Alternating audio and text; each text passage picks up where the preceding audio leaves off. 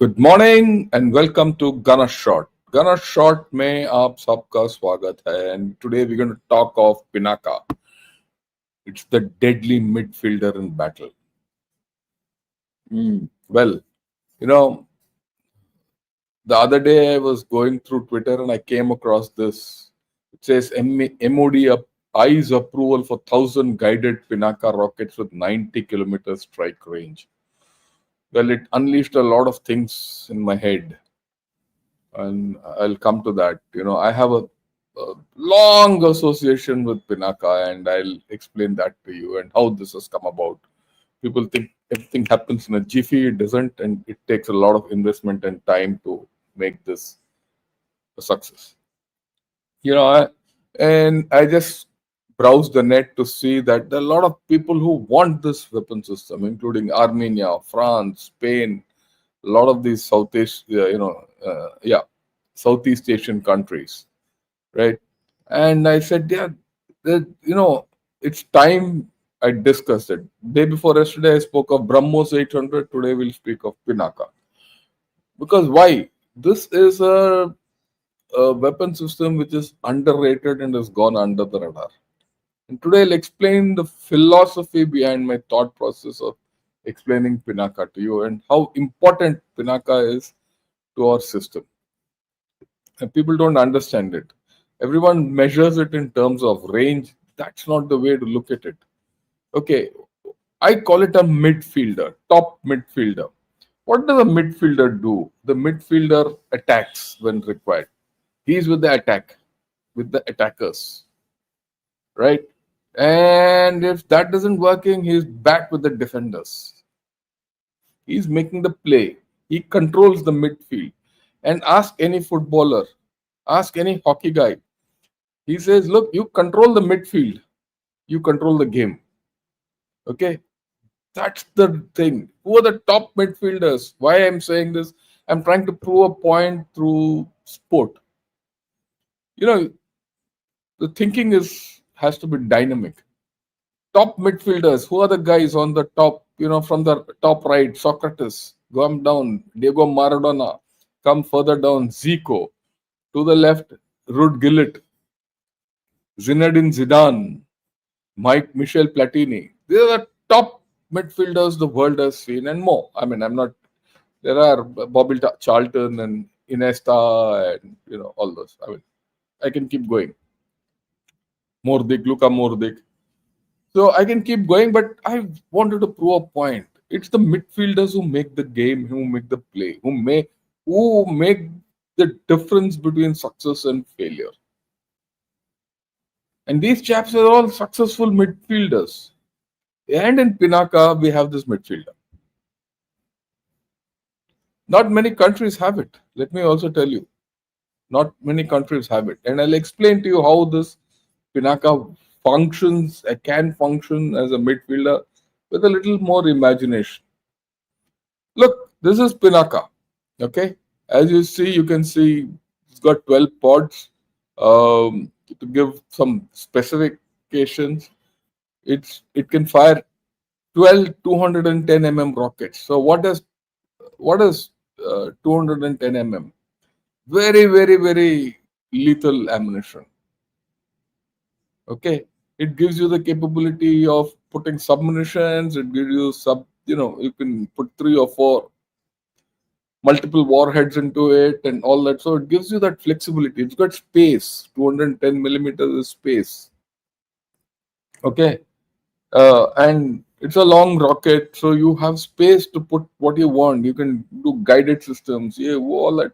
Lot goes in. It's lightweight. It's highly mobile. It's a 8x8 Tatra chassis or equivalent. You can put it on our Ashok Leyland 8x8. 8x8 is something today which runs on all your highways. 8-wheelers. Okay, it's not a 12 or 14, like you go to BrahMos, you need a 12-wheeler. Right? Because it's big. The article is big. Here it's not so. It's all contained. You can fire 12 at a go. I'll show you how. Heavy volume of fire. You can fire 12 rockets in 44 seconds from one. Just think a battery of 6 means 72 rockets in 44 seconds. And if it's regiment firing 18 into 12, you, the volume of fire is devastating. Heavy volume, low cost because it's ours and it's easy on logistics. Okay, that's what does it mean? What is this business of midfielder? That's what it is. See, th- look at the firing. This is a very steady weapon system. I'll show you the firing in this and understand.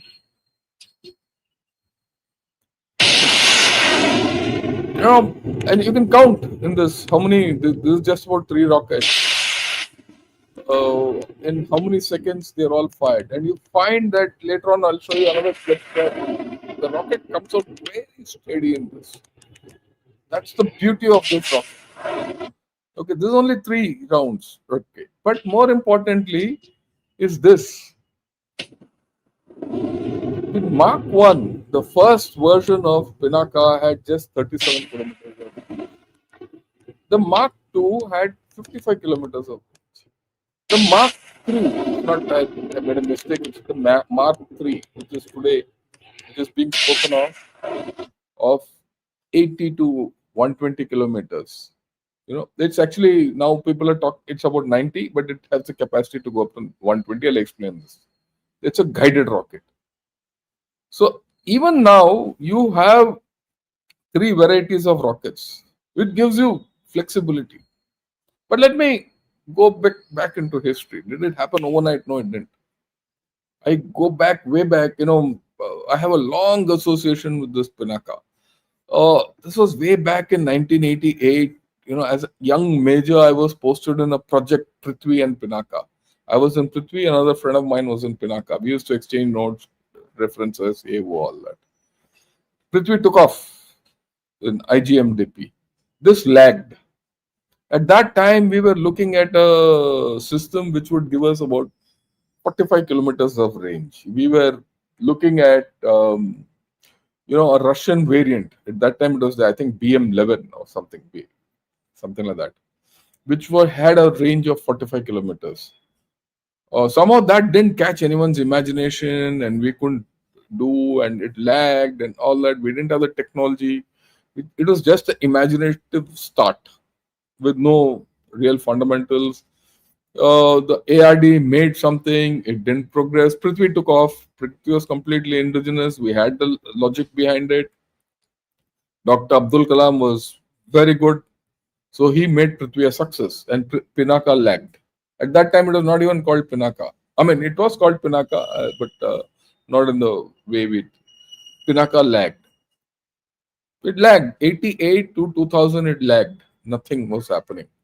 Around 2000, it was realized that, look, we can make the rocket.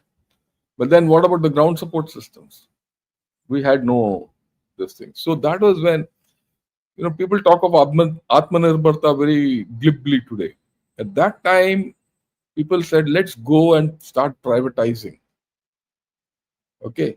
So around 2000, it was decided that we should go in for a private sector. But the private sector at that time was not too keen to get involved. But still, we chose L&T and Tatas, both as partners. So we got them involved in the ground support systems, the launcher, and all the hardware. The rockets and missiles were still being. Basically, it was a rocket. The rocket was being designed and developed by ARD, DRDO, and it was being made in ordnance factories because it was that point of time only OFB had the capability of making weapons like this. Now it's different. So a special unit was made for Pinaka. Okay, in OFP. Well, things moved. Why and this was in 2000. We started testing, and then we realized, look, this has a range of about uh, 37 kilometers. That's Mark 1. So let's induct it. 2007-8 got inducted into the army. It was only given to the artillery divisions. At that time, we had only two regiments. I still remember when I took out the artillery division, the first regiment, they said, look, we've never fired this regiment. We fired. And I did a fire and move. I still remember. Our men were so good, they just took to this equipment like duck like water. Duck takes to water. That's the right way of putting it. Absolutely, they could do all kinds of maneuvers within a matter of 10-15 days. I found, and I fired this extensively around that time.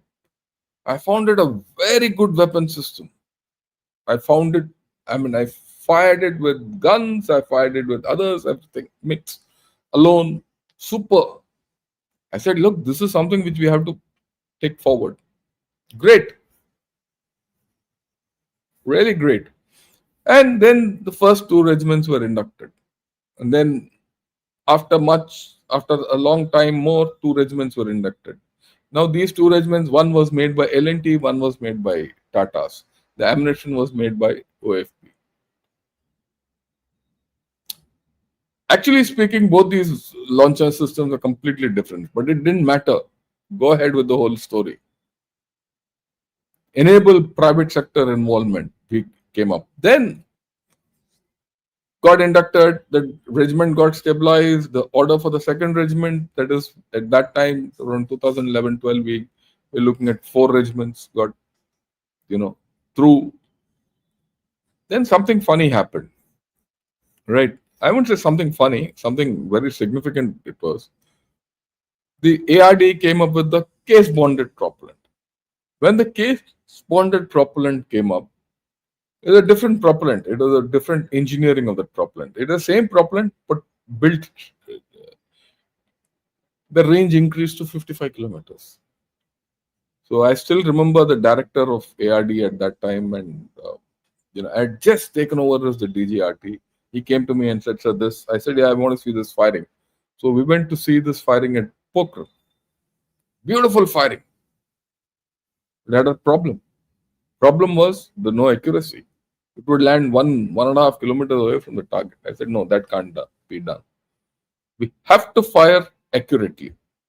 So what?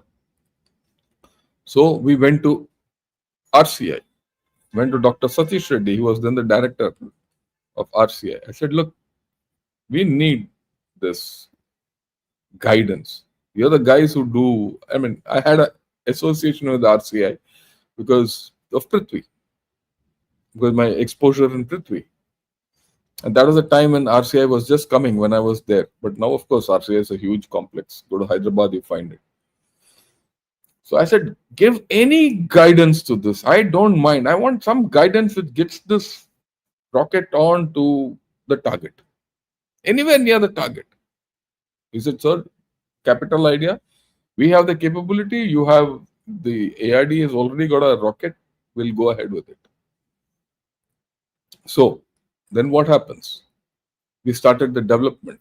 Every month I used to go and sit in Hyderabad and take progress report, and it developed very fast. Within 1 year, mind you, within 1 year, we actually fired a Pinaka with guidance. And it achieved a range of about 70 kilometers. We fired it in Odisha, Balasore, and accurate, pinpoint accuracy. We were also surprised that how would all this happen. I'm not going into details, but yeah. And then, of course, the whole story took forward. I'm now going back to 2017. That was when the first firing took place. It had just, the firing started, the firing was done about 2 months after I retired. I went specially for it after retirement to see the firing. Beautiful. Then we had not even got a project for it. There was no proof, no trials, nothing. Then the whole thing started. The project was sanctioned after the firing was done. Then, of course, we had to do a lot of things. Then this was fired. There were problems in it. Some problems came up. They had to come. But all those got resolved. Then they took it to high altitude. It performed well in high altitude. And as we kept firing, the range kept increasing. The range didn't increase because of anything special. Algorithms, software. You keep doing tests, you keep testing it, you keep put it through hardware and loop test. You know the stress the rocket can face, undertake everything, and the range kept increasing. You're doing nothing. That's out of reiteration. 1 minute. Hold.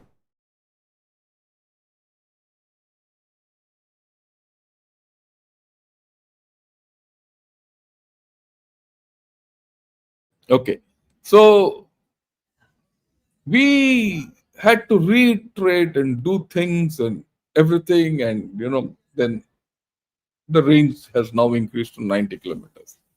With the current way of doing things, it has capability of going up to 120 kilometers, but it's going to take time because it has to be on repeated firing, getting the stress levels, checking whether the rocket can take the stress of maneuver.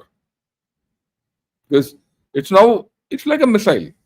You call it a guided rocket. A guided rocket and missile is the same thing, right? So now you have the capability of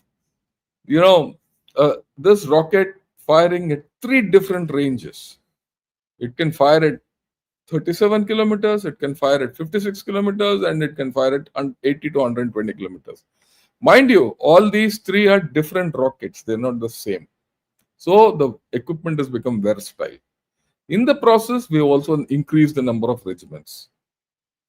Today, I think there are about 10 regiments, and we are slowly going to go up to 22. That's the plan, and that's out in the open. I'm not saying anything new. And I think more will come in. We need more. We need more. Okay, that's why I call it. That's why I said this is a midfielder. Very important. Okay, what next? Now I'm going to explain to you what this midfield concept in battle is. Unless you understand this concept of midfielder, you will not understand the value of Pinaka. No one will. Okay. So let's understand that first. Look, in battle, as you see, tube artillery and rockets and drones today, they are 60 to 70% of your armory and your inventory. Rockets, missiles, aircraft, drones, which could be a combination of manned and unmanned, another 15 to 20%. I'll explain to you what this 15 to 20% is.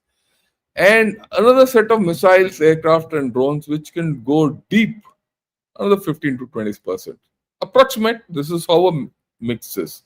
Okay, now here, you start from the tactical depth and go up to the strategic depth. Your maximum number of targets are here in the tactical depth in battle. Some will be in the the operational depth, and few will be in the strategic depth. In terms of range, this up to 40 kilometers is tube artillery, 40 to 200 kilometers is the midfield. This is where the midfield concept comes in. And here is the deep strike. So in battle, normally, when you look into normal battle, you have to control this and this.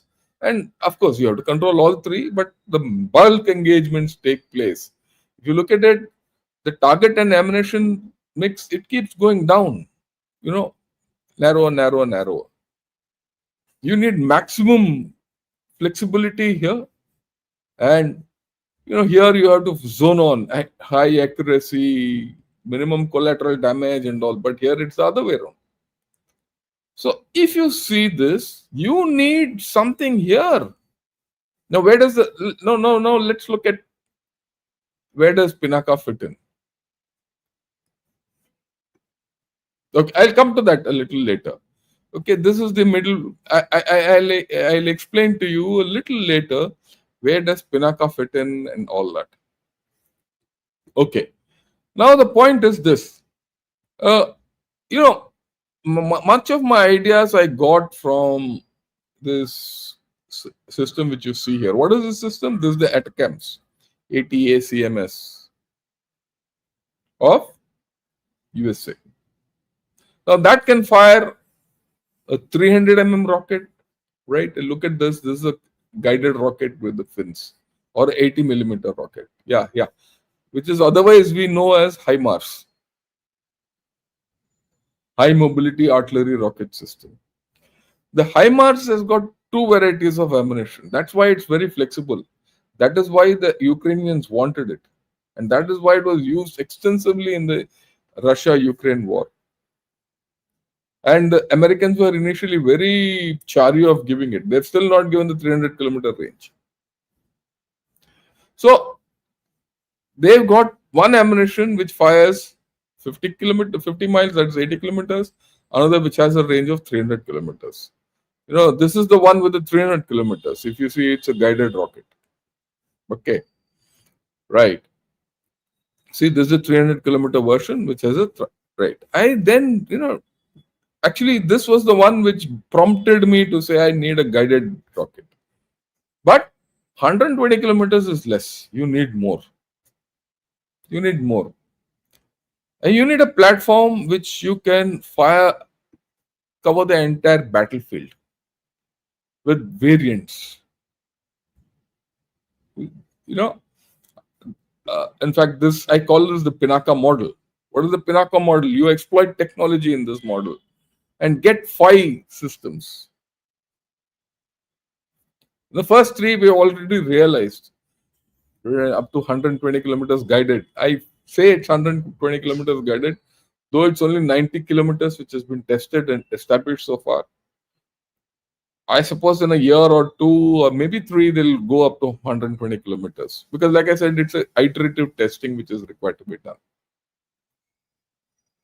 But you want to jump to this 200, 250 kilometer mark, you need ramjet. But you need high speed, you need a hypersonic scramjet. But when you put a hypersonic scramjet on this missile or this rocket, 210 millimeters, it's only 210 millimeters, the range will reduce. That's for different reasons, because the construct of the hypersonic system sucks away the range capability. The cost if you convert this into hypersonic. But what happens if you put it to hypersonic? You'll at 150 kilometers, you get hypersonic speeds. You can't catch this missile.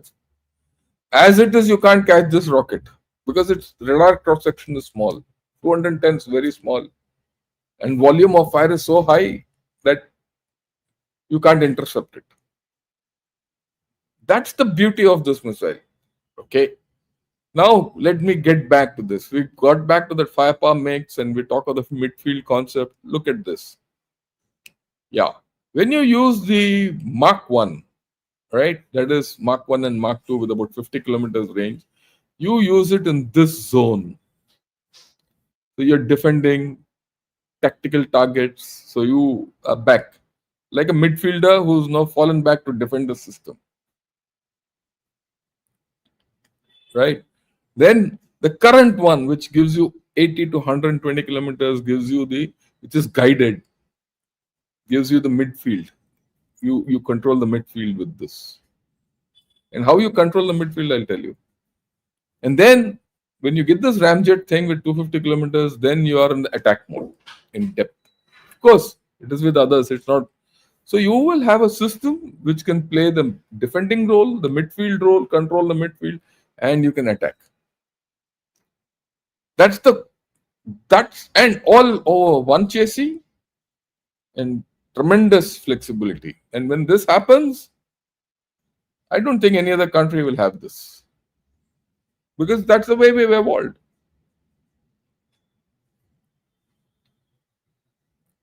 Okay, and of course you get the hypersonic scramjet put in. You have to look for these two are aspirational. The ramjet Pinaka and the hypersonic scramjet Pinaka are aspirational. But if you start thinking today, maybe in about 6-7 years, you'll have both. You don't start thinking today, nothing. Zero. And I've started thinking. I hope anyone who sees this also starts thinking. That's the whole idea. Okay. Now, you might say, look, all this is big talk, all that. How does it fire? I just showed you 3-4 rockets firing. Here in this clip, which I got off the net, you'll see various facets of the Pinaka firing, and I'll explain to you as we go along what the whole thing is. Okay, look, this is one single rocket. Just see how steady, the different the rocket is. Look at it in slow motion. The beauty of this rocket is it is absolutely steady. I fired enough. हमारे तो कान पक गए हैं और दिमाग पक गया इसको फायर कर. इसको देखो कितना स्टडी जाता है. The moment the rocket is steady in flight, what does it give you? What does it tell you? It tells you that you can control it better. If the rocket is completely unstable, I mean, look, for basic guidance and control, you need an unstable rocket. Only then you can control. But around that instability also, you need a fundamental steadiness. Okay? Look at it. Look at this chap, how like arrow he goes. And at the target end, it comes very concentrated. When you fire 4-5 pinakas. And I fired enough. I fired a whole batch. In fact, I fired my whole regiment. Right? People were hesitant, but I made them fire. And it gives a pep to everyone. Okay, all this is single round firing, right? Now we come to that stage where we're gonna see a volley, a battery firing. But of course, in this, there's only one round because it's costly to fire more, right? You can't afford it. Then right. And this is the yeah. Now let's see 1 minute, maybe even lesser. See, look at that. Look at that. Just think how they're firing. This is the same firing shown from different angles. This is a Chinese trick, incidentally. See how they're firing. Okay. Just see how they're going. There's just one battery, and then they scoot. And before the rounds fall on the target, they're out. That's the beauty of Pinaka. I'll show it again. Have a look at this. See, they will fire a salvo.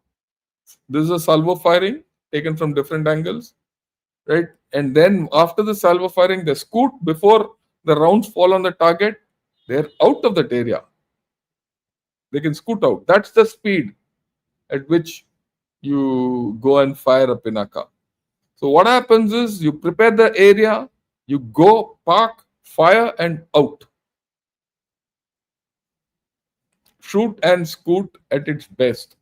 And you have this capability, like I said, you develop the other two capabilities today, then you can cover the entire spectrum of the battlefield.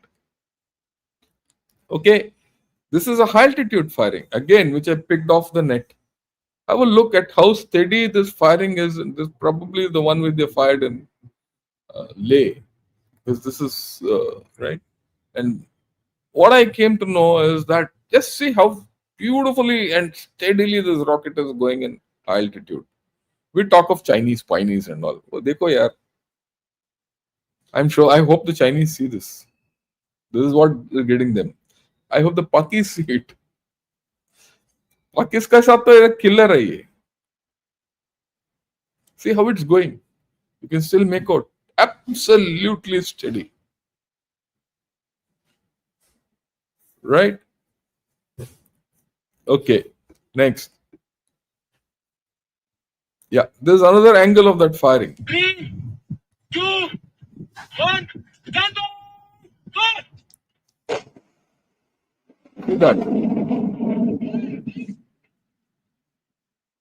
Okay. And in the end, they'll show you in this clip, you see where it falls also, the impact point. Just 1 minute. See this. Okay. See that. See that impact. So deadly. Rocks bursting all over the countryside. So this is a very deadly weapon. It's been proven now today in altitude. It's proven in deserts. The desert it got proven long back. Okay. Now France has eyed it. France wants it. I showed it to you in the beginning. Right. Now let me go a little tactical to explain to you the midfield and the depth concept. Because I take it in the India-China concept, construct. Tibet. See, the roads which come into Tibet, this is the central highway which comes to Lhasa, Xining Lhasa. This is the spine on which the what's that? The railway track also comes. Right? This is the western thing which goes along across the Demchok and all this Demchok area, Aksai and goes into Kashgar, Hotan. And then there's the eastern highway which comes from Sichuan and comes up to Lhasa. It comes along our eastern command completely, the eastern frontier. But there are other connectors to all this. Now, right? This is the road, broadly the road network in Tibet. Now, this is the Kunlun Mountains. This is the Kunlun Mountains. This is the Tian Shan Mountains. This area is Xinjiang, and this area is Tibet. Okay. Now, and this, of course, is the Himalayas, right? Now, this is the Himalayas, and here, this little dot which came, I'll go back and see, have a look. This, right, is the LC.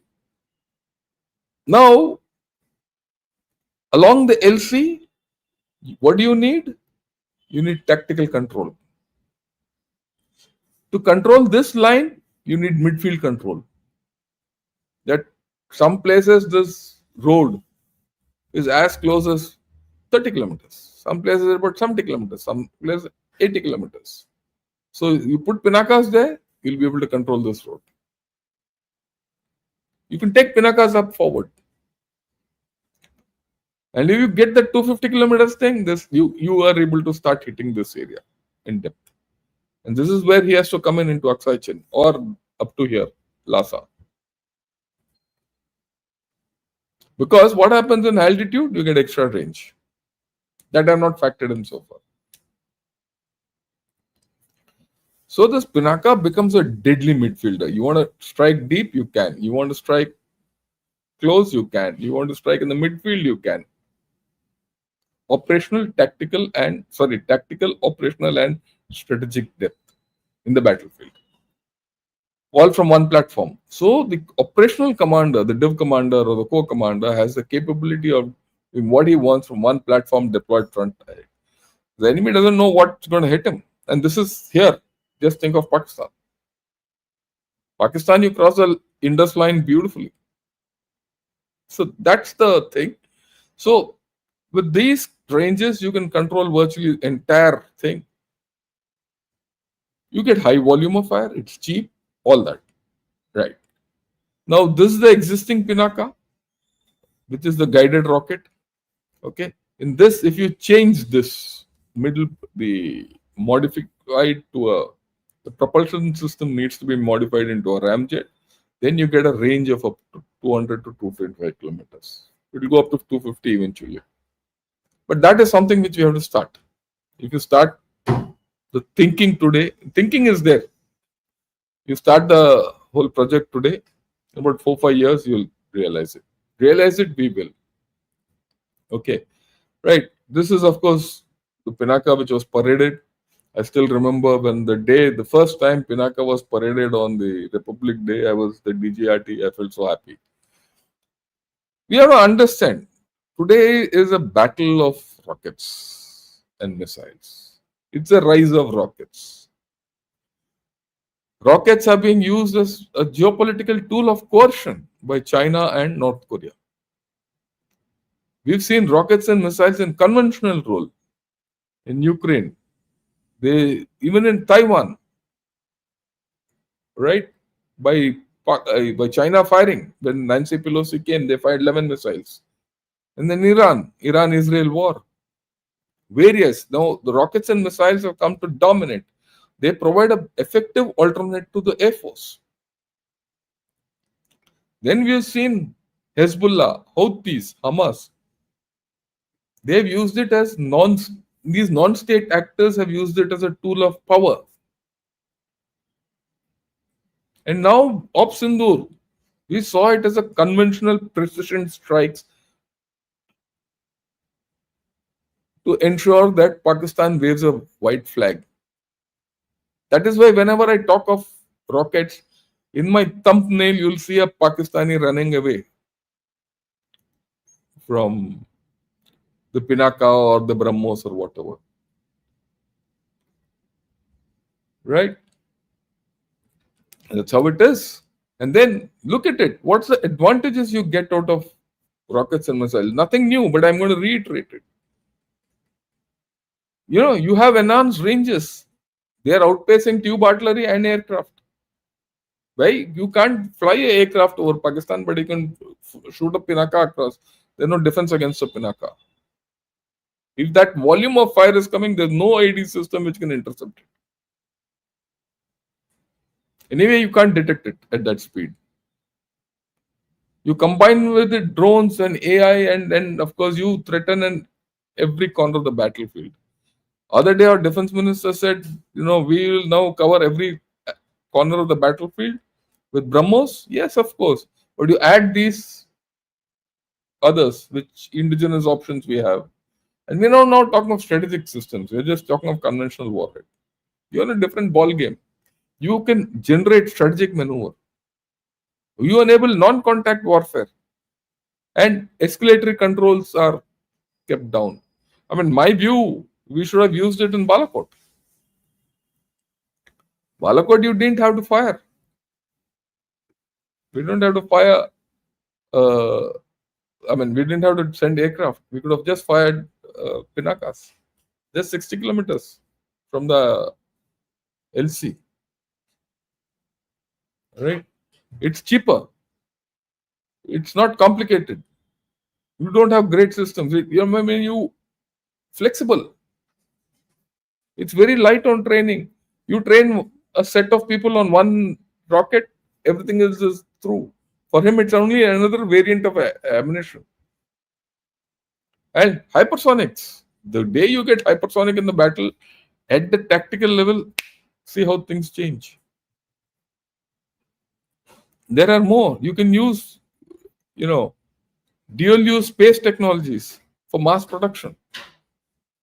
The process could be crude, sophisticated later. Then, when you employ rockets, see the visual impact and propaganda value. Every time a Pakistani today talks of anything, we show him a photograph. And you get precision over longer ranges. I'm not saying anything new which we have not done. Most importantly, these are all battle tested. They have better survivability against air defenses. The rockets and the systems, launch systems. If, just think, in Ops Indore, if you had used the mix of ground-based systems and air launch systems, we would have defeated Pakistan hands down. And that is where, I wouldn't say call it hindsight, but if we've erred in Ops Indore, these are the few things which we have erred. Maybe we'll learn by experience next time, because there's always room to improve. If you had theaterized and the theater commander had all these options, he would have said, okay, I'll use a mix of ground and air. This business of knocking an odd Rafale down and all won't have come. That's the important thing. And you can use it in conventional and nuclear if you want. You want to go put a nuclear warhead on this, there's no problem. Like the Pakistanis have put a nuclear warhead on Nasser. Nasser is just a small variant of their variant of Pinaka, but it is a single 60 kilometers. They have not gone further. They don't have the capability at this point of time. Maybe they will. Who knows? If they will, we should expand more. We have the volume, we have the capability, industrial capability, technological capability to do everything on our own. That bloody Nasser is a crude stop. But there are other things which we need to do. People talk of rocket force, A force, O force. I feel we need to do Recce strike integration. Unless you do Recce strike integration very consciously, and if you have to do Recce strike integration, you have to theaterize. If you have to theaterize, this business of what Air Force is now talking and all, we have to change. No, you need precision ammunitions if you have to do Reiki strike, engagements or Reiki strike integration. So you have to develop your own capability to do precision, which means fundamentally making gyroscopes. You need advanced sensors which have a wide coverage. You need an automated command and control system. People talk very loosely about all this. The discussion is very loose in many quarters. I have different ideas. I do discuss with people, but we need all this. I've discussed with Sandeep Punithan in a few shows, right? Maybe one of these days again I'll talk to him about theaterization, this, that, and all that. Because unless we talk and debate, I don't mind people talking against me, or rather, not supporting my thought process. That's okay. That's part of the debate. But we need to have more, right? So this is where I'll stop for the day. I do hope you people have liked this video. If you like this video, press the thumbs up button. Uh, Subscribe to Ghana Shot. Please press that bell icon, right? And share this video with your friends. I thought this is an important video. I was very happy with the kind of response I've got with the thing which I did on BrahMos 800. I do hope I've opened another facet of what we have done or capable of doing with this. We have tremendous capability. We just have to put it together. And little later, I'm going to put, yesterday when I was doing this thing with Shreya, there was a question on BrahMos. There was a question on BrahMos. A very interesting question. And I gave a very elaborate answer. Many of you would have missed it. So I'm going to put that video out. I've taken that out and I'm going to put that video out in about an hour. Have a look at it. And I'm going to go along this route slowly with a lot of our weapon systems. As you see, as you hear, these are getting inducted. Yeah, what does it give us? And what do we have to do further to make things happen better? Right? Okay. And of course, we'll talk of more things which are happening and all that.